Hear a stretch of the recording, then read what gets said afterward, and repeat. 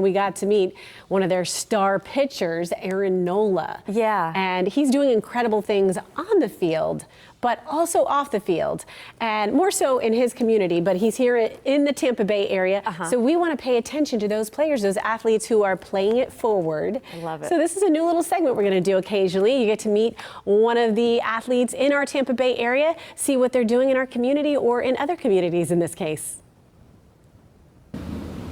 We are out here at the BayCare Ballpark. Roxanne Wilder with you, enjoying some Phillies spring training. And we're going to get to know Aaron Nola, not just the guy who we know on the field, who has pitched the most innings in the big league since March 2020, but a little bit off the field as well. So great to talk with you, Aaron. Thanks for being here. Thank you. Thanks for having me on today. I know that you are a relatively new dad. You have a baby celebrating her first birthday. What's it like that first year of parenthood? Challenging in some areas, but it's so worth it. It's really fun. Every month it gets better and better just because the little bitty milestones that she hits that I get to see every day. It's pretty fun.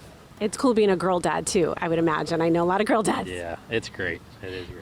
So I want to ask you about something that you and your teammate JT have gotten behind, and that's Garth Brooks' endeavor, his project, and it's to fight childhood hunger. What made you want to team up with him on this, and how does it all work? Oh yeah, I've been doing that for years. I mean, we're so blessed and spoiled with what we do every single day, and there's a lot of people out there and families that don't get the opportunity to get meals every day, and to be able to do that and use our platform to help them give out meals a lot to families that need it is crucial. So we want to use our platform to help out as much as we can because we're able to do that. That's fantastic, and you're taking it a step further with your own charitable events, and your poker tournament is coming up. Yeah, May 15th I have a poker tournament this year. We had bowling the past couple of years, and it's benefiting Team Red, White, and Blue, and it's to help the veterans out, get back on their feet, and live a better lifestyle. And we had a good turnout last year, so hopefully have a good turnout this year and raise a lot of money and awareness for it. And it's a fun event, and people can meet new people and meet some sponsors. It's really cool. Talking about the stadium, and let's lead into Phillies fans.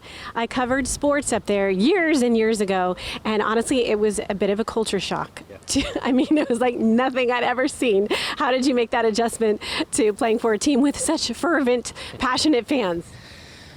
I mean, coming from Louisiana, a little bitty small college town, to a big city was really a culture shock to start off with, and then heard about the fans that they were tough coming up, but you don't really know until you get out there and struggle, and the team struggles. And I came up through a rebuilding era, and there were some hard times and some struggling times, and there were some really good times. But I'd rather have a fan base that cares a lot about their players and about winning than to have a fan base that doesn't really care as much.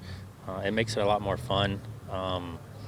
They keep you accountable, and it makes us keep ourselves accountable and really go out and play hard and focus on, for pitchers, our craft, and really trying to get better each year and to really push ourselves and compete as best as we can. And obviously the postseason it's a different ball game. It's Citizens Bank. It's really fun and addicting to play in front of them, and it's really special for us to be on the field in front of them at our home ballpark.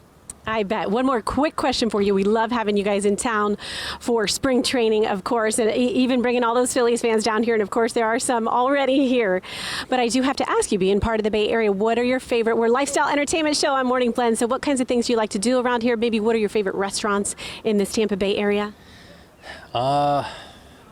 We kind of spend most of our time in St. Petersburg, so we like to go to downtown St. Pete a lot. Il Ritorno is probably one of our favorite places down there in downtown. And Haven is one that we went to in Tampa recently. So we like to try a lot of different places, but downtown is kind of where we spend a lot of our time. Perfect. Well, best of luck to you this season. Thanks so much, Aaron. We appreciate your time. Thank you very much. Okay, two things, Natalie. One, Yes. you heard me at the beginning of that story. I said, oh, I'm here with Aaron, and he's pitched more innings in the major leagues than any other pitcher since March of 2020.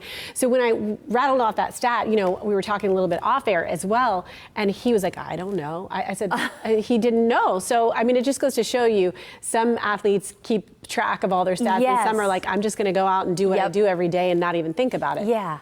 He's definitely the latter of the two. The latter. And the other funny thing, we're talking about Phillies fans, and I know you covered sports in your previous lifetime as I have as well. So in Philadelphia, when I went up there and I was covering Bucks teams and my interaction with fans, I mean, I can't tell you the crazy stuff that happened. I'd be trying to do live shows and people would throw stuff. Once they found out you're from Tampa, they're throwing stuff at you. Was it Ed? Was our director Ed up there in the crowd? Was he throwing stuff you? I think he is a Phillies guy, and even personality. He's a Phillies personality. You know, he is there for it. But when you talk to the players, they're almost like a Phillies player. It's like they're captured at that moment by those fans because, yes, they're very passionate. They're in a witness protection program.